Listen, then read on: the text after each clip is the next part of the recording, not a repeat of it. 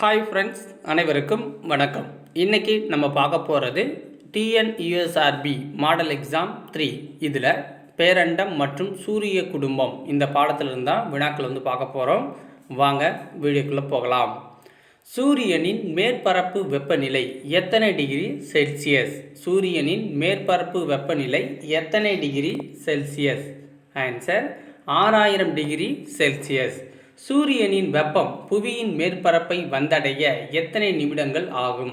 சூரியனின் வெப்பம் புவியின் மேற்பரப்பை வந்தடைய எத்தனை நிமிடங்கள் ஆகும்? ஆன்சர் 8.3 நிமிடங்கள் ஆகும். புதன், வெள்ளி, புவி, செவ்வாய்க்கோள்கள் எவ்வாறு அழைக்கப்படுகின்றன? புதன், வெள்ளி, புவி, செவ்வாய்க்கோள்கள் எவ்வாறு அழைக்கப்படுகின்றன? ஆன்சர் உட்புற கோள்கள் அல்லது புவி நிகர் கோள்கள் அப்படின்னு அழைக்கப்படுது. ஓகேங்களா, உட்புற கோள்கள் அல்லது புவி நிகர் கோள்கள் அப்படின்னு அழைக்கப்படுது.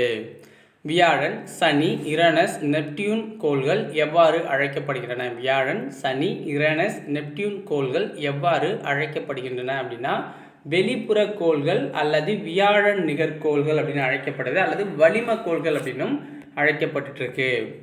அடுத்தது, சூரியனுக்கு மிக அருகில் உள்ள கோள் எது? சூரியனுக்கு மிக அருகில் உள்ள கோள் எது? ஆன்சர் புதன். வெப்பமான கோள் என அழைக்கப்படும் கோள் எது? வெப்பமான கோள் என அழைக்கப்படும் கோள் எது? ஆன்சர் பாருங்க, வெள்ளி. இரட்டை கோள்கள் என அழைக்கப்படுவது எது? இரட்டை கோள்கள் என அழைக்கப்படுவது பூமி மற்றும் வெள்ளி. பூமி மற்றும் வெள்ளி. விடிவெள்ளி, அந்திவெள்ளி என அழைக்கப்படும் கோள் எது? விடிவெள்ளி, அந்திவெள்ளி என அழைக்கப்படும் கோள் எது? ஆன்சர் வெள்ளி. உயிர்கோளம் என அழைக்கப்படும் கோள் எது? உயிர்கோளம் என அழைக்கப்படும் கோள் எது? ஆன்சர் பூமி. புவியின் துணைக்கோள் எது? புவியின் துணைக்கோள் எது? ஆன்சர் நிலா. செந்நிறக்கோள் என அழைக்கப்படுவது எது? செந்நிறக்கோள் என அழைக்கப்படுவது எது? ஆன்சர் செவ்வாய். செவ்வாய் செந்நிறமாக தோன்ற காரணம் என்ன? செவ்வாய் செந்நிறமாக தோன்ற காரணம் என்ன? ஸோ காரணம் என்ன அப்படின்னு பார்த்தீங்கன்னா அதோட மேற்பரப்பில் இரும்பு ஆக்சைடு இருக்கிறது தான். ஓகேங்களா, அதோட மேற்பரப்பில் இரும்பு ஆக்சைடு இருக்கிறதால தான் அது செந்நிறமாக இருக்குது. இதை சிவந்த கோள் அப்படின்னு கூட சொல்லுவாங்க. அடுத்தது, செவ்வாய்க்கு எத்தனை துணைக்கோள்? செவ்வாய்க்கு எத்தனை துணைக்கோள்? ஆன்சர் 2 துணைக்கோள் இருக்கு. ஓகேங்களா, ஒன்னோட பேர் என்ன அப்படின்னா டீமஸ் அப்படின்னு சொல்லுவாங்க, இன்னொன்று போபஸ் அப்படின்னு சொல்லுவாங்க. சூரிய குடும்பத்தில் பெரும் கோள் என அழைக்கப்படும் கோள் எது? சூரிய குடும்பத்தோட பெரிய கோள் எது அப்படின்னு பார்த்தீங்கன்னா வியாழன். ஓகேங்களா, கீழ்கண்டவற்றுள் எது வியாழனின் துணைக்கோள்? கீழ்கண்டவற்றுள் எது வியாழனின் துணைக்கோள் அப்படின்னா ஐயோ, யூரோப்பா, கனிமீடு, கெலிஸ்டோ அனைத்துமே அதோட துணைக்கோள்கள் தான்.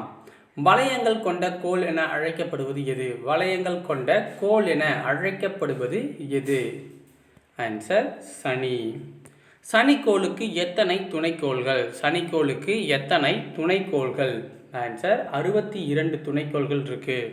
அதில் பெரிய கோள் எது? சனிக்கோளின் மிகப்பெரிய துணைக்கோள் எது அப்படின்னு பார்த்தீங்கன்னா டைட்டன் தான். சனிக்கோளின் தன் இருப்பு திறன் நீரை விட குறைவு. சனிக்கோளில் தன் இருப்பு திறன் நீரை விட குறைவாக இருக்கு. உருளும் கோள் என அழைக்கப்படுவது எது? உருளும் கோள் என அழைக்கப்படுவது எது? Answer Uranus. யுரேனஸ் கோளை கண்டுபிடித்தவர் யார்? யுரேனஸ் கோளை கண்டுபிடித்தவர் வில்லியம் ஹெர்ஷல் அப்படிங்கிறவர் தான் 1781 கண்டுபிடிச்சாரு. யுரேனஸின் மிகப்பெரிய துணைக்கோள் எது? யுரேனஸின் மிகப்பெரிய துணைக்கோள் எது? ஆன்சர் டைட்டானியா அப்படிங்கிறது தான் மிகப்பெரிய துணைக்கோள். மொத்தம் 27 துணைக்கோள்கள் யுரேனஸுக்கு இருக்கு. சூரிய குடும்பத்தில் மிக தொலைவில் உள்ள கோள் மற்றும் குளிர்ந்த கோள் என அழைக்கப்படுவது எது? சூரிய குடும்பத்தில் மிக தொலைவில் உள்ள மற்றும் குளிர்ந்த கோள் என அழைக்கப்படுவது எது அப்படின்னு பார்த்தீங்கன்னா நெப்டியூன் தான். ரொம்ப தொலைவிலையும் இருக்குது, குளிர்ந்த கோளாகவும் இருக்குது. ஏன்னா சூரியன்லேருந்து ரொம்ப தொலைவில் இருக்குல்ல, அதனால். நெப்டியூன் கோளின் மிகப்பெரிய துணைக்கோள் எது? நெப்டியூனோட மிகப்பெரிய துணைக்கோள் எது? ஆன்சர் டைட்டன் அப்படிங்கிறது தான். டைட்டன் அப்படிங்கிறது தான். ஸோ நெப்டியூனுக்கு மொத்தம் 14 துணைக்கோள்கள் இருக்குது. ஓகேங்களா, நிலவை ஆராய்வதற்காக இந்தியாவில் அனுப்பப்பட்ட முதல் விண்கலம் எது அப்படின்னு பார்த்தீங்கன்னா சந்திராயன் 1 தான். நிலவை ஆராய்வதற்காக இந்தியாவால் அனுப்பப்பட்ட முதல் விண்கலம் சந்திராயன் 1. சந்திராயன் 1 எந்த ஆண்டு விண்ணில் செலுத்தப்பட்டது? சந்திராயன் 1 அப்படிங்கிறது எந்த ஆண்டு விண்ணில் செலுத்தினாங்க அப்படின்னா 2008ஆம் ஆண்டு விண்ணில் செலுத்தினாங்க. சமபக இரவு நாள் என அழைக்கப்படுவது எது? சமபக இரவு நாள் என அழைக்கப்படுவது மார்ச் 21 மற்றும் செப்டம்பர் 23. ஓகேங்களா? சூரியனோட கதிர்கள் செங்குத்தாக விழுறதால இது இரவும் பகலும் சமமாக இருக்கிறது. ஸோ மார்ச் 21 ஒரு முறை, செப்டம்பர் 23ஆம் தேதி ஒரு முறை இருக்கும். நீண்ட பகல் பொழுது உடைய நாள் அப்படின்னா ஜூன் 21 சொல்லலாம். நீண்ட பகல் பொழுது உடைய நாள் அப்படின்னா ஜூன் 21. மன்னார் உயிர்கோள பெட்டகம் இந்திய பெருங்கடலில் 10,500 சதுர கிலோமீட்டர் பரப்பளவில் அமைஞ்சிருக்கு. மன்னார் உயிர்கோள பெட்டகம் இந்திய பெருங்கடலில் 10,500 சதுர கிலோமீட்டர் பரப்பளவில் அமைஞ்சிருக்கு.